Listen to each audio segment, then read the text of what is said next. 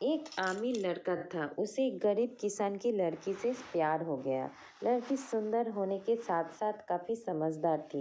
एक दिन जब लड़के ने उस लड़की को बताया कि वो उसे प्यार करता है और उससे शादी करना चाहते हैं, तो लड़की ने कुछ सोचने के बाद उस लड़के को शादी करने से इनकार कर दिया, क्योंकि वो गरीब परिवार से रिश्ता रखती थी।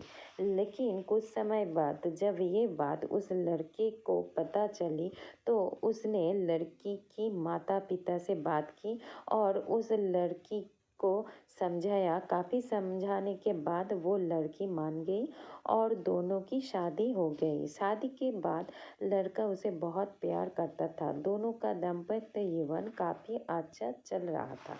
लेकिन कुछ महीने बाद लड़की को चर्म रोग हो गए।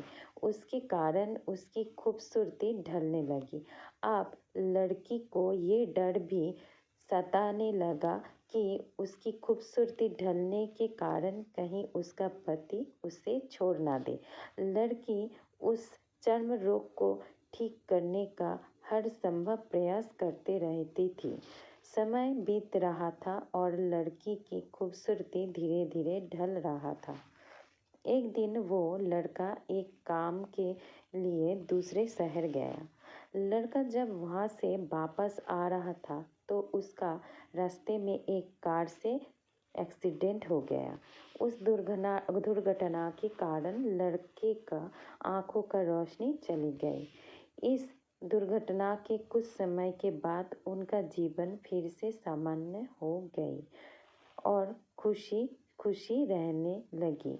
वो लड़की चर्म रोग के वजह से दिन प्रतिदिन कमजोर और बदसूरत होती गई, लेकिन पति अंधा होने के कारण उनका दाम्पत्य जीवन ठीक ठाक चल रहा था और दिखाई न देने के कारण वो लड़का इससे पहले की तरह प्यार करता रहा।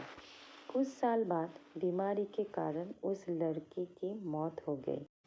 पत्नी के मृत्यु होने के बाद लड़का अंदर से बहुत दुखी हो गया और वो शहर छोड़ जाने वाला था। तभी उसके पड़ोसी ने उसे सांत्वना देते हुए कहा, अब आप तो अपने पत्नी के बिना अकेला पड़ जाएंगे। वो आपका काफ़ी ख्याल रखती थी। अब आपका जीवन अंधकार में कैसे बीतती होगी।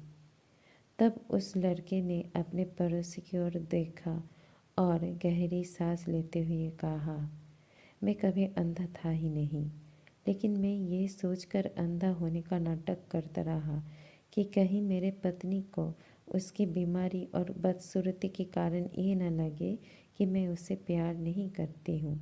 इसीलिए मैं इतने साल तक बिना कुछ कहे अपने पत्नी के सामने अंधा बना रहा। ये बात सुनकर पड़ोसी की आंखों से आंसू छलक आए और वो लड़का वहाँ से उठकर चला गया। इस कहानी से हमको क्या सीख मिला? अगर आप जीवन भर खुश रहना चाहते हैं, तो आप लोगों की कमियों की तरफ ही नहीं, उनकी खूबियों की तरफ भी गौर करिए। आपका जीवन आसान हो जाएगा।